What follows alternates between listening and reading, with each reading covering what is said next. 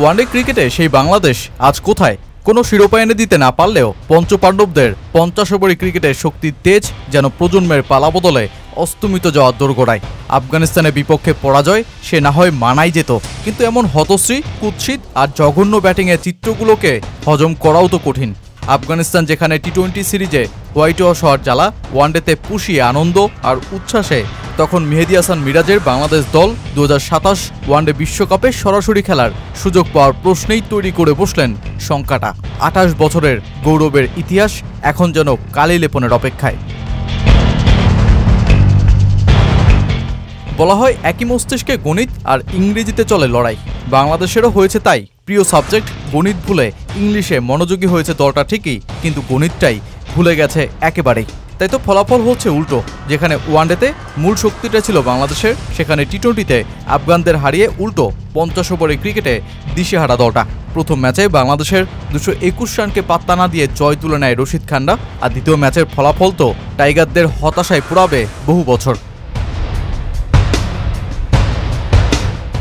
আফগানিস্তানকে 190 রানে all out করে দিয়ে যখন জয়ের স্বপ্নটাই ঘুরে বেড়াচ্ছে টাইগার আকাশে, তখন টাইগার টপ অর্ডার থেকে মিডল অর্ডার টি-20 জার্সি খুলে ওয়ানডের আবহটাই গেলেন ভুলে ব্যাটাররা। সাইফ 22 রানে ফিরলেন, তামিম ডাক মেরে, হৃদয়, জাকের, নুরুল জুটি গড়তেই যেন ওদের বড় প্রবলেম।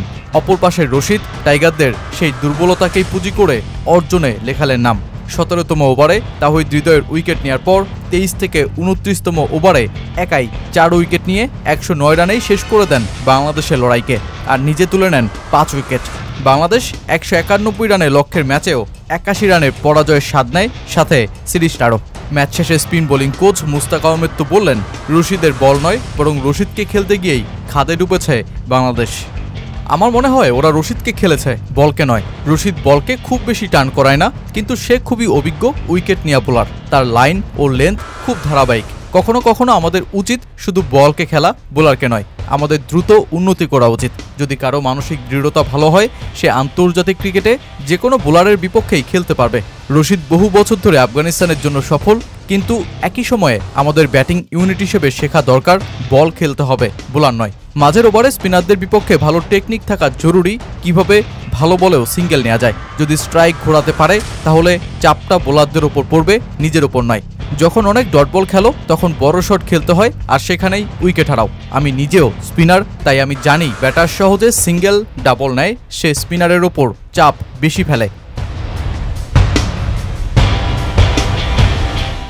আন্তর্জাতিক প্রতিযোগিতামূলক ক্রিকেটে এখন আর ধীর লয়ে শেখার সুযোগ খুব বেশি নেই। এই পর্যায়ে দরকার ফলাফল, তা না হলে কমবে রেটিং, কমবে র্যাঙ্কিং, আর যার সাথে যুক্ত বিশ্বকাপের টিকিটও পড়বে হুমকির মুখে। 2027 ওয়ানডে বিশ্বকাপ 14 দলের।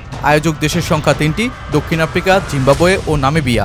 ফলে দক্ষিণ আফ্রিকা ও জিম্বাবুয়ে সরাসরি খেলছে যেই আসরে। নামিবিয়ার ওয়ানডে স্ট্যাটাস না থাকায় খেলতে হবে বাছাই পর্ব। তাই হিসেব বলছে আইসিসির র্যাঙ্কিংয়ের শীর্ষ 9টি দল সরাসরি বিশ্বকাপে খেলার সুযোগ পাবে, আর যেই র্যাঙ্কিংয়ে বাংলাদেশের অবস্থান 10-এ। হাতে আর মাত্র 4টা ম্যাচ, আর এই ম্যাচগুলোতে বাংলাদেশ দারুণ কিছু করতে না পারলে 1999 সালের পর ঠিক যেই পরিস্থিতির সম্মুখীন হতে হয়নি, সেটাকেই মাথা পেতে নিতে হবে। নামতে হবে 4 সিটের বিশ্বকাপ বাছাই পর্বে।